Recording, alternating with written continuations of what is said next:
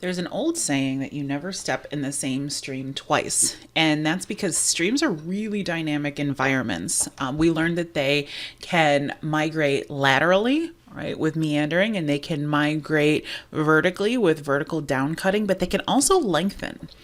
So the length of a river can change in two different ways. This is, by the way, is a picture of Canyonlands National Park.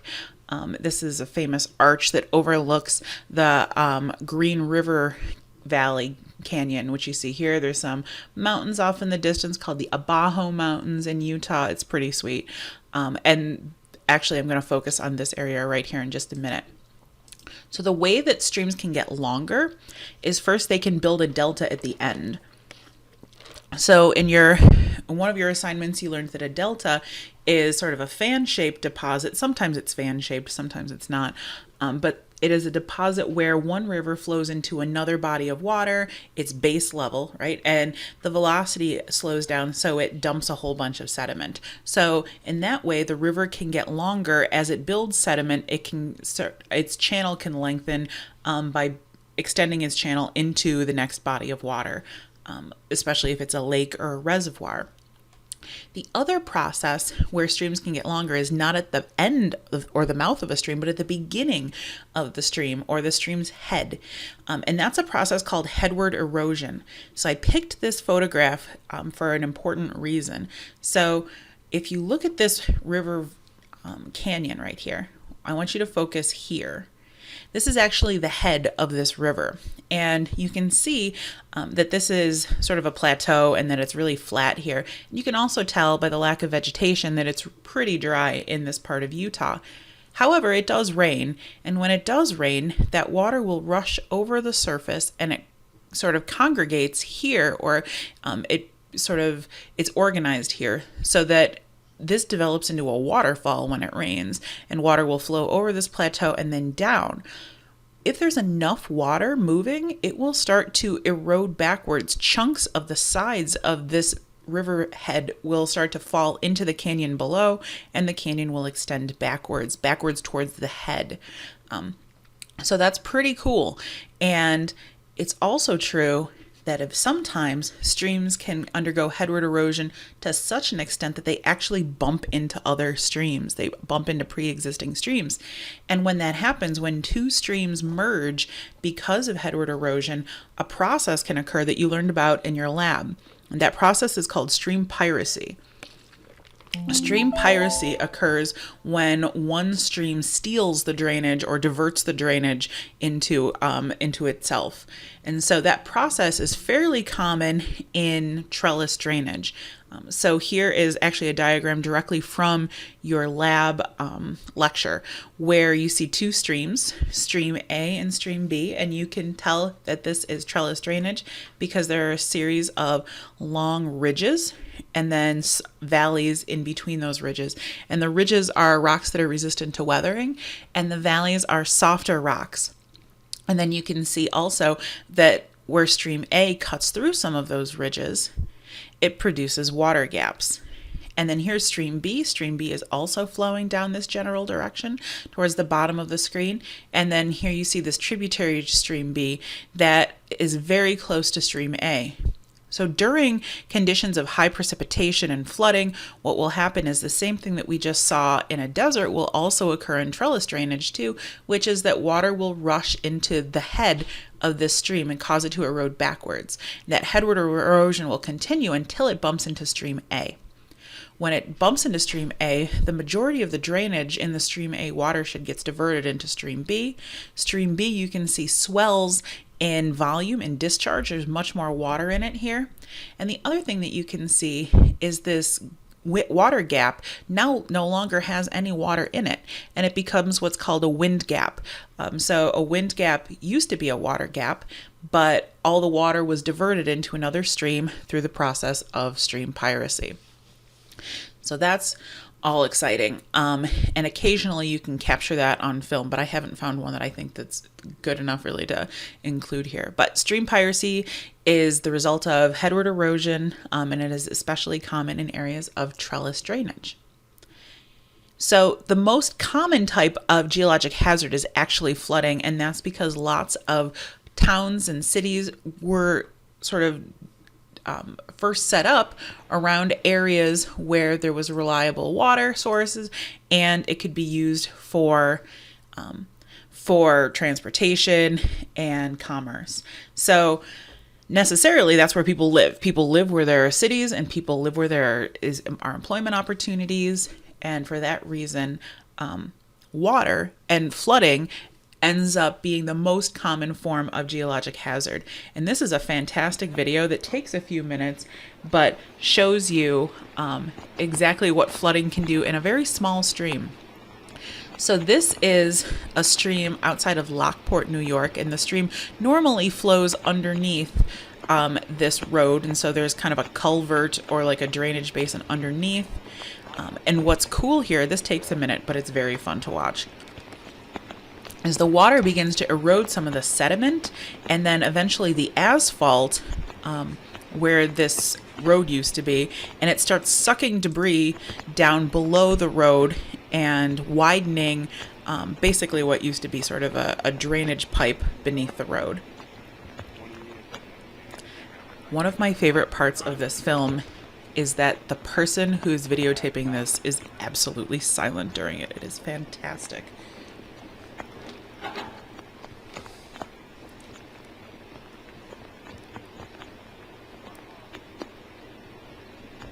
So you start to see chunks of the asphalt are being ripped apart and pulled down below, and then it gets transported down here. You'll see that actually in just a second. This is why if you see a road closed due to flooding sign, do not think it is a joke. This is some serious business.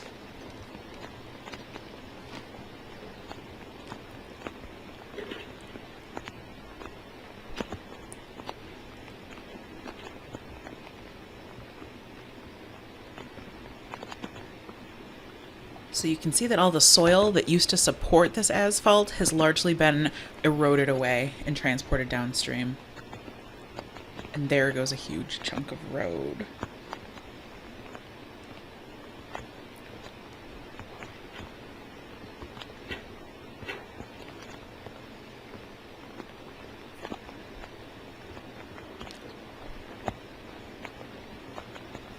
And there goes the rest of the road. Oh, it's so great.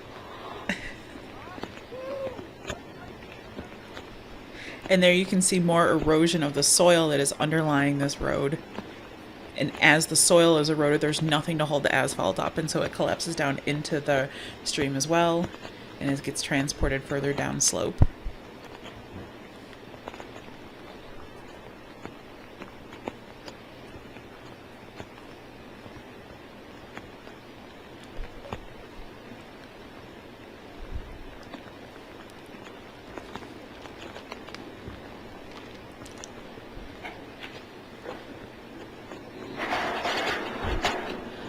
The first time I saw this, I couldn't figure out what this was. This is like the sewer pipe that was beneath the road. It's pretty fantastic. Flooding videos are one of the many reasons I really enjoy this chapter. Okay, so that's exciting. Here's some pictures that I took outside of Denver, Colorado. There was a flood for about 2 weeks on what's called the Front Range of the Rockies, and I got to drive around. There was a conference for the Geological Society of America, and so we rented a car. Professor Barone and I just kind of drove around to see some of this flood damage. This is a road that was closed to a town called Lyons, Colorado. It was closed for over a month after this flooding. This was a great scene. We kind of pulled up. All of this is debris that was eroded from the stream banks and carried downstream during this flood event on the mountains right here. And this church here is what you can see is right in this photograph too. So you get an idea of the devastation. What was super cool and almost like biblical in story is that this church was completely undamaged, but like this river swelled, so it was basically an island during flood conditions. It's crazy. During that time, I got to drive up to Estes Park, which is just outside of Rocky Mountain National Park, and So we were driving around looking at stuff, and Barone was driving, and I looked out the window and I'm like, something's wrong with that bridge. And we drove up, and you can see that this bridge was completely lifted off of its foundation when this very small stream swelled and eroded a lot of the underlying foundation for this bridge. And so this is, as we drove past the bridge, it's right there. The whole town of Estes Park is a very wealthy town because it's a very touristy town, but it's really poorly situated. It's in this really rocky V-shaped river valley where like two big streams come together. So about every 15 or 20 years, Estes Park is seriously flooded. And so most of Estes Park was closed when we were there, except for a couple stores that had been deemed safe by the town. This is a similar story where there was a big slope here. There was a lot of water in this slope, and so it took out a bunch of this hill and this person's driveway too during this flooding event.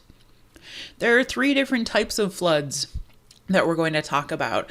This is the largest scale flood. This is called a regional flood. Regional flood, as the name implies, impacts an entire region rather than just a small area. So in the 1990s, if you were alive as I was, there were serious floods in the 1990s. I remember, I think it was a La Nina summer, and like no one could go outside because it just rained every day. And I remember watching that it just rained and rained and rained in the Midwest as a kid, watching this because that's what because there didn't used to be 24-hour news stations. So we would watch it at night with my parents. And this is where St. Louis is located, where it's the confluence of the Mississippi River and the Missouri River. And here's the city of St. Louis. Well, both the Mississippi and the Missouri River have very wide floodplains, and for good reason, because when there is a large regional flood, they swell. And so here is what the Mississippi and Missouri rivers looked like during 1993, during these what are considered 500-year floods, which is a flood that is of a magnitude that you would only expect every 500 years. This is cool, though. You can see how floodplains really are there for periodic flooding.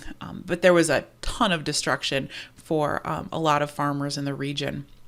Rochester, New York actually is prone to the same sort of flooding. And so we now have a dam in Mount Morris, New York, that basically controls a lot of the flooding in the city of Rochester. So in 1865, this was State Street in downtown Rochester, which is where the Genesee River is sort of situated. And the Genesee River is another meandering river with a wide floodplain. And when it flooded the entire, most of downtown Rochester. So here's a cross section or a profile of the Genesee River starting in Gold, Pennsylvania at about 2,000 feet above sea level, and to where it flows into Lake Ontario at about 250 feet above sea level. So if you're familiar with the Genesee River, you know that it goes through a series of waterfalls, most of them in Letchworth State Park. And just to the north of those waterfalls is where the Mount Morris Dam is constructed. The Mount Morris Dam is largely a flood control dam, and it basically has all the floodgates open except when we are experiencing flood conditions in Rochester.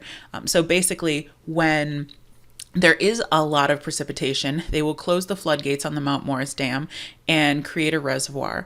And that keeps some of that water back that would normally flow further to the north into the city of Rochester, which has its own 3 waterfalls, High Falls, Middle Falls, and Lower Falls in the city of Rochester, and keep some of that water back so they can control, so the U.S. Army Corps of Engineers can control the volume or the discharge of water over any period of time, impacting the city of Rochester. This is what the Mount Morris Dam looks like most of the time. You can see here's the Genesee River behind. You see the big Genesee River Gorge, and it's largely empty. These floodgates are completely open right now, and the Genesee River flows down. It flows to the north through the Mount Morris Dam. And 95% of the time, it's exactly like this. Sometimes it's even drier than this. The Mount Morris Dam was constructed in 1952, which is considered the golden age of dams. And It's because when people came home from World War II, a lot of them ended up getting jobs building dams to create water supply, recreational opportunities for people, and to control flooding. So a lot of the dams in the United States were built in the 1950s and 1960s. There's lots of environmental reasons why dams are not necessarily the best solution, but but nevertheless, we have a system of aging dams in our country. It's estimated that since 1952, however, that the Mount Morris Dam has saved an estimated $1 billion in damage, a quarter of which was associated with 1972. So in 1972, the remnants of Hurricane Agnes hit Rochester, New York, and here is that very same Mount Morris Dam. And you can see all the water that is backed up in the very large Genesee River gorge behind the dam.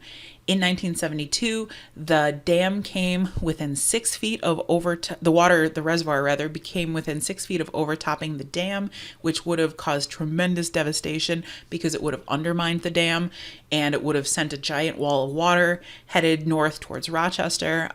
The good news is that it was caught in time and plenty of water was released, and so there was no flooding. There was only very minor flooding when some of this flood water was released from the reservoir. A second type of flood, one that is more common in areas of desert-like climate, are called flash floods. Flash floods can occur in other places, but what's unique about desert environments is that they have very low porosity soil. So when it rains, the water can't really infiltrate down into the soil. It just flows right over the surface. So we'll watch a video in just a second where you just see water just pulsing over the surface, and then shortly thereafter, once the water passes, once the precipitation has ended, the flash flood is also done. This is a picture of a rescue from a flash flood in Las Vegas, Nevada, which is certainly also a desert climate, but also has a tremendous number of paved surfaces. Paved surfaces decrease the amount of infiltration of water into the soil, and so a lot of times you'll get a lot of more what's called sheet flow, where water is just flowing directly over the surface. So here is a video that will be showing you a really cool area in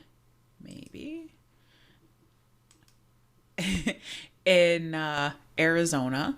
Actually, I showed you a picture of this earlier. Antelope Canyon. One of the great challenges in this world is knowing enough about a subject. Can we just silence him for a second? Okay, so this is Antelope Canyon, which is a slot canyon I showed you pictures of when we were looking at downward or down cutting. This is Antelope Canyon, which is 40 to 50 feet deep, full of water. This is Dave Rankin, also the guy who's like a storm chaser in Arizona. So this is a slot canyon that's 40 to 50 feet deep, full of water.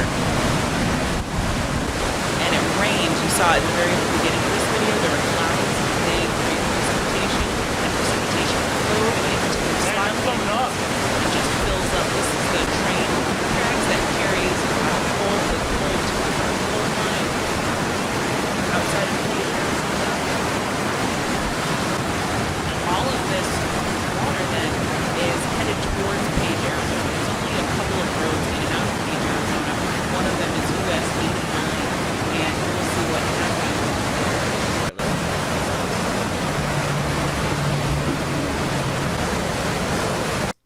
So this is in Page, Arizona on Highway 89. So this is a road. This is a road that has now become a river, basically because there's a flash flood moving over it. And this is whole videos over the course of just a few hours. You can see there's the rainstorm back there. So here's Maverick. That's the gas pumps. There's a river in the gas pumps.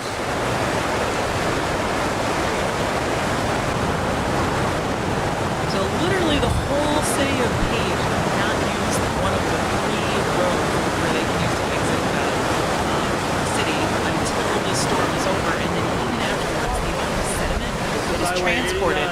People are standing. Disappears under a river right now. This is the source of the flooding in Maverick.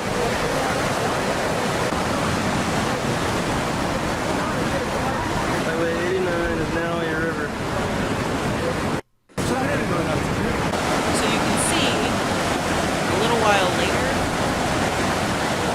the water level is beginning to go down. This guy ain't going anywhere. I'm standing on Highway 89 right now. It's nothing but mud.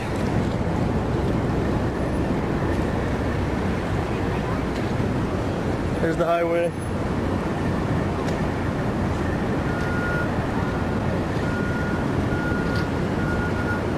This is an amazing amount of sand that just got transported down here.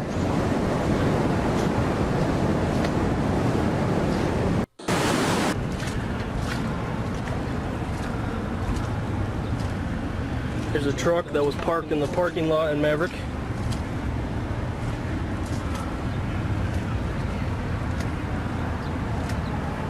See how high the water levels were here. This is pretty impressive.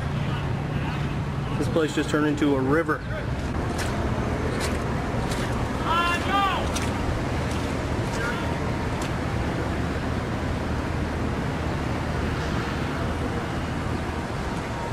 Here's the gas pumps in Maverick. You can see that they have been completely turned into a river here.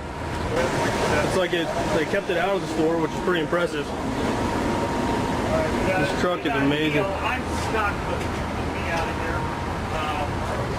all of that sediment then has to be removed, kind of the same way that you would snow in New York, to make the road passable again. It's really crazy. Oh my gosh, I'm sorry. I love flooding videos so much. Here is another one. This one is in Australia, and it is fantastic. These are people who are watching a small stream that is experiencing a flash flood right outside of their work. They're on like the second floor of their office building, and this stream just is out of control. It's amazing.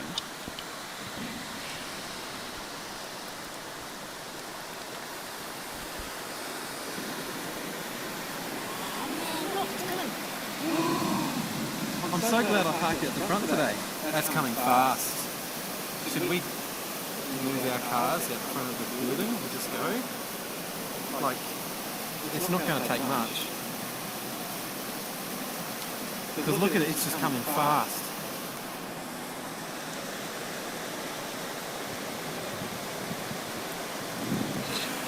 Yeah, but look at these ones out here, they're all moving. Even if they came now, they still couldn't get their cars. No. Oh, no. Yeah. Oh. Oh my goodness. Don't, oh mate, don't, just let it go. He's taking the air out of his tyres. As soon as you do that, it floats down.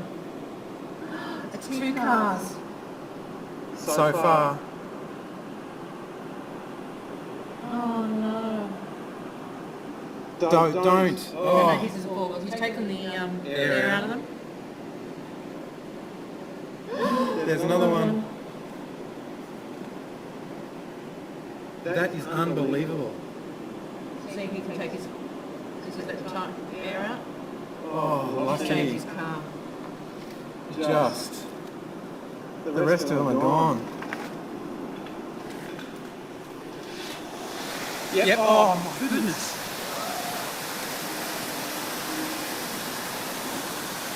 Here you go, these ones.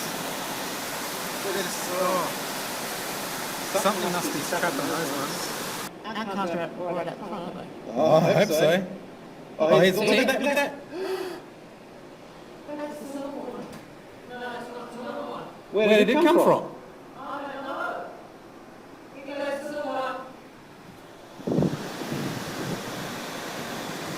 Oh, that is horrible.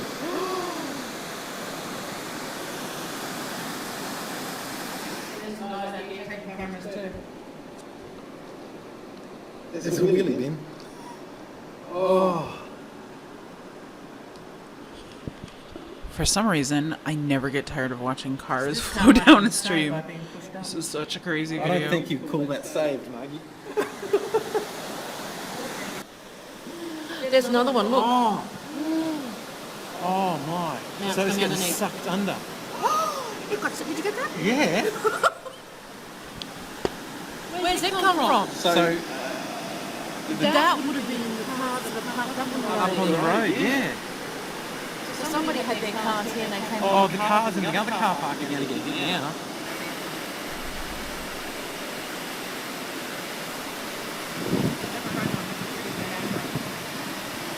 I don't think it'll be the handbrake. It's just be stuck on something. Like, see, these ones, they're going to get, they can't, they've got to get through this. Whoa! You're right.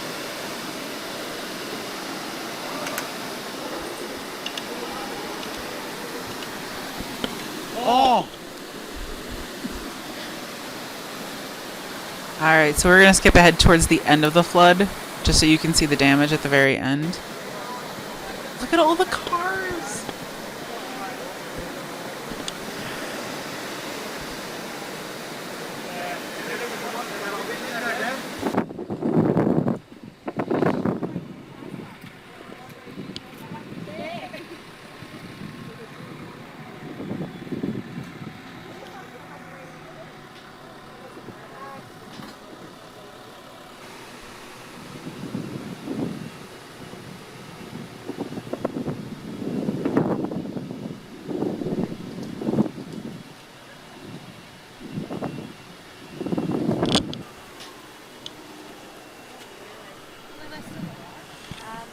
Come on, that's so great.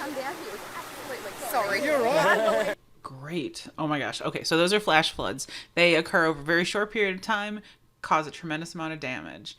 Also, so speaking of aging dams, dams have to be maintained because sediment will build up behind them. One of the biggest destructive accidents at U.S. history occurred in 1889 when almost 3,000 people died in Pennsylvania as a dam collapsed on the South Fork outside of Johnstown, Pennsylvania. And here is some remnants from Johnstown, Pennsylvania, when largely the entire city was destroyed. This is a crazy story. So there's stories of people like writing out this huge dam failure flood on like the roofs of their houses, and their houses just being carried downstream and then being stuck on the roofs. And this is a ridiculous story. So this area where you see the train track used to be a large reservoir on the Johnstown, and they had an earthen dam. Earthen dams are basically constructed with like steel rebar and then dirt packed around it. As Johnstown was growing, however, they started to do things that just made no sense. They started to take some of the earth out of the earthen dam, and they also started then repurposing some of the steel rebar for construction projects. And so eventually in 1889, the entire the entire dam gave way and pretty much killed 3,000 people in this huge dam failure flood. Here's a video of a dam failure flood in Wisconsin, and it's also equally impressive, but I don't believe there's any deaths associated with it. It's also silent. But there was a dam here on this lake, and you can see that this is just loose soil with some pavement on the top. So once all that water starts coming down through the dam, it really just totally scoops out the soft sediment, and then it undercuts all of the pavement on the top, which is why you see this house just go cascading down into the water. And you want to talk about the size of particles that can be carried during flood events. Like, this particle is the size of a house. And it just kind of bobs downstream. It's pretty insane.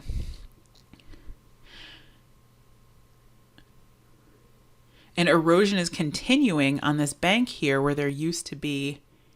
I love this guy in the boat. Like, I just wish that I could be in his brain at this point in time, like wondering what he's thinking as there's more and more erosion, as this entire lake really is starting to drain and eroding all of this soft sediment.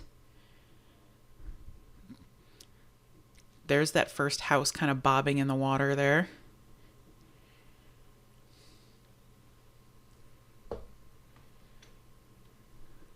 It's just crazy.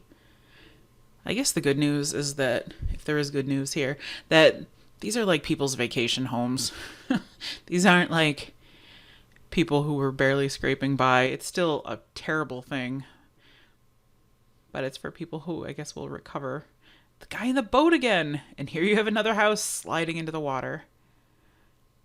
It's just crazy to watch. That house crumbles really fast, but it also goes almost totally upside down.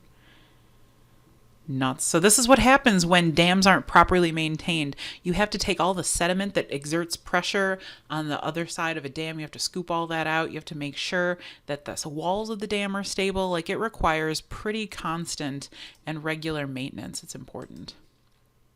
So what do we do about dams? Or what do we do about floods? Because, as we said, most of our major cities are located in areas that are prone to floods. And actually, this is an area called Lions Bay in British Columbia that flooded in 1980. I do want you to know, for those of young folks who are listening to this, that we did have color photographs in 1980. I'm not really sure why this is black and white, but regardless, here we are. So what do we do about flooding? There's plenty of what are called engineering efforts that are ways that we basically divert water from places we don't want it. One of the things that engineers will do and geologists will do is build up the banks of a river and create larger levees. Natural levees are just sort of sediment that builds up on the side of the riverbanks during flood conditions. Artificial levees make those significantly higher. We build dams like we see in Rochester to retain water until it can be released at a rate that doesn't cause any damage downstream. Another thing that is done very often in urban and suburban areas is called channelization of streams. And you can see that that's actually what they did in Lions Bay here. So what they did, it's obviously much less natural looking, but you widen a river, you deepen a river, and then you basically cement all sides of the river. So you turn a natural river basically into a cement pipe. And it gets water out of a neighborhood much faster. A lot of the neighborhoods in Rochester that are in sort of swampier areas will have these right in their backyards. So people who have sort of swampy backyards, the water rushes into these channels and they are removed from neighborhoods. It's not particularly natural looking, and the other part of all of these engineering efforts is they have to be maintained and monitored, because rivers like to naturally laterally erode when they get close to their base level. So even though this is a nice straight channel, what will begin to happen is it will begin to meander, and then it'll start to erode out the cement. So cement is something that has to be maintained regardless, because it's not a permanent solution. It's something that requires ongoing maintenance. A more natural approach that is pretty common with land use planners and engineers now is called floodplain management. And that is if you have to build on a floodplain of a river, because we know that the floodplain of a river is literally where the flooding occurs. That's in the name of it. There are things that we can do to minimize flooding, like we can plant trees all along river channels. Trees will suck up a lot of water. We cannot take down trees that are along river channels. We can try and use natural materials to increase the rates of infiltration when it does rain. So all of those things can be used then to mitigate flooding and mitigate damage to property. And that is the end of our very long unit on rivers. So let's just summarize and wrap up. This is a very nice picture of the American side of Niagara Falls, which is not a very nice city, but from here you can see it looks very pretty. So these are the American Falls, and it's an example of a local base level. So we learned about what characteristics or what factors control the velocity of streams, what factors control the erosion potential of streams, and the character of streams, whether they are vertically eroding or laterally eroding, is controlled largely by their base level, the elevation of the body of water that a stream is flowing into. We learned that there are tons of erosional and depositional features that are created by streams.